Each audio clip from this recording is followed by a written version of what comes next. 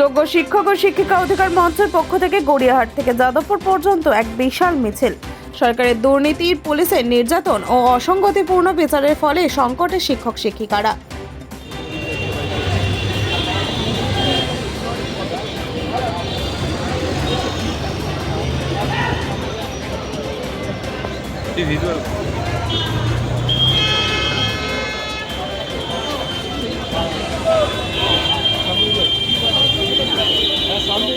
ছাত্রছাত্রীদের শিক্ষা দেওয়ার জন্য চিন্তিত, তাকে আবার পরীক্ষা দিয়ে অগ্নি পরীক্ষা দিতে হবে।